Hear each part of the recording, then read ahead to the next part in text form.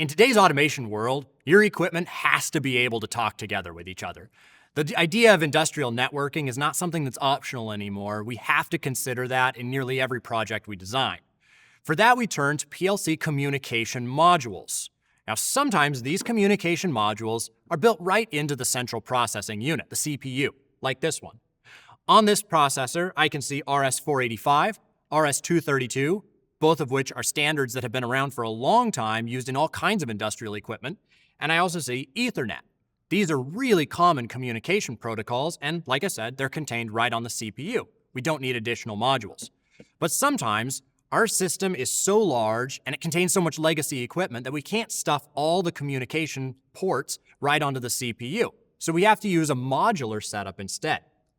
Sometimes these modules can contain a couple of standards. This one uses both RS-232 and RS-485, providing a gateway to your network, both networks, from one removable module.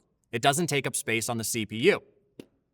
Other times, we're going to rely on Ethernet. Now, Ethernet is a very common protocol so that it can be used not only to connect your industrial equipment, but any other equipment that you have on the shop floor. There's a good chance that if it's produced recently, it's got an Ethernet port.